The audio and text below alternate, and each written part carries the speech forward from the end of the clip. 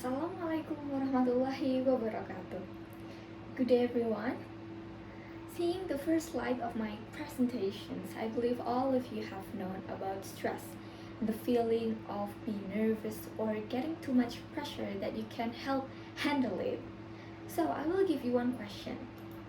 Have you ever felt stressed because of some hard circumstances that you experience?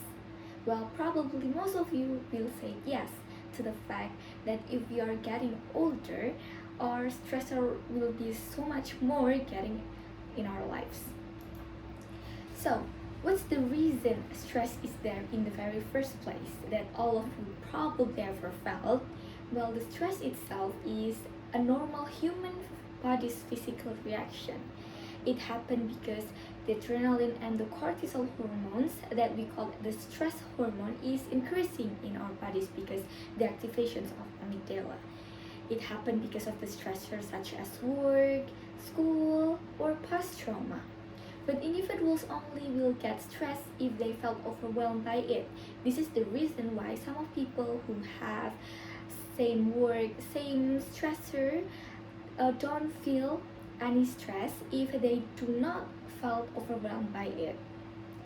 So in my speech, I will judge whether or not stress management is actually necessary for us with the two subtitle, which is first, how chronic stress could threaten the physical health, and second, how acute stress could actually be beneficial for us. So started with the idea or the first explanation about how chronic stress could threaten the physical health. But before that, I will explain to you the two types of stress that exist. First, the acute stress. So the acute stress is the short-term stress that happened at that time, but you can get rid of it immediately after the stressor is gone, while the chronic stress is the constant feeling of being overwhelmed. The difference is just the time between the chronic and the acute stress. The acute stress happen at short time, less than 6 months, while chronic stress is happen more or equal to 6 months. So I believe all of you understand this. So about how the chronic stress could actually, giving you a physical disease is because first it gives you hypertension or it causes hypertension to your bodies. Why? Because like I mentioned that stress is activate the amygdala that increase the adrenaline stress hormone and the cortisol hormone, or we call it the stress hormone, is actually escalate the heart rate and also the respiratory function of lungs.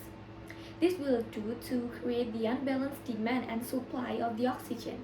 So if the oxygen demand in our bodies like increasing the demand, but so it escalates the heart rate while the respiratory function of our lungs is being deducted, which means the supply is less.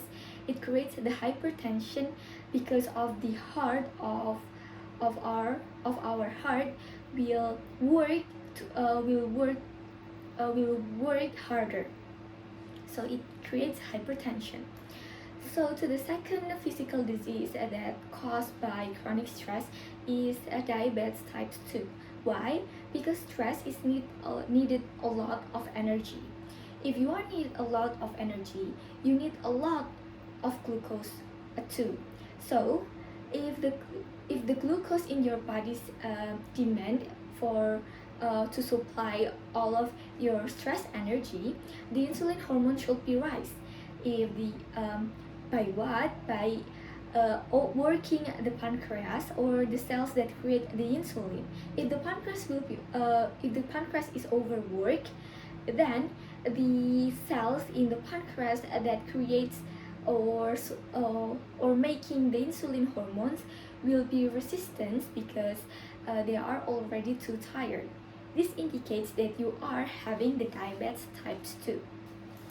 So from the World Health Organization data that diabetes and heart disease, or in our case is hypertension, is 2 from 4 deadliest non-communicable diseases along with cancer and kidney failure.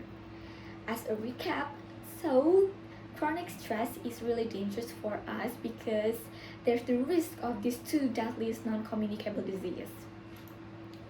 So moving to the second explanation, how the acute stress actually could be beneficial for ourselves.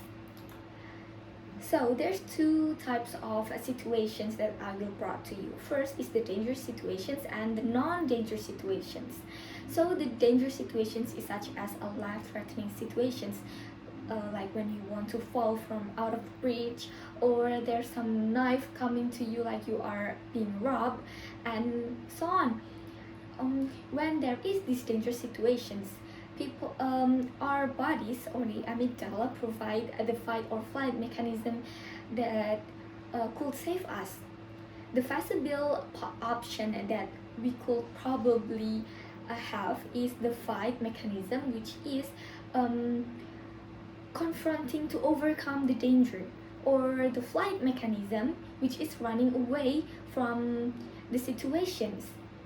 These two types of fight or flight mechanism could only be provided if there is stress in our bodies because of the cortisol and the adrenaline hormones. So moving to the non-dangerous situations, why it could make motivation? Because such as let us see the situations such as performance, job application, or even examination. Having stress is actually normal, and if you acknowledge that you are not well enough to be prepared and to perform, then you could have progress to yourself and evaluation, so you could do better in that time. So this what I meant with motivation in the non-dangerous situation. Okay, so as I said, stress could be bad, but also could be beneficial for us.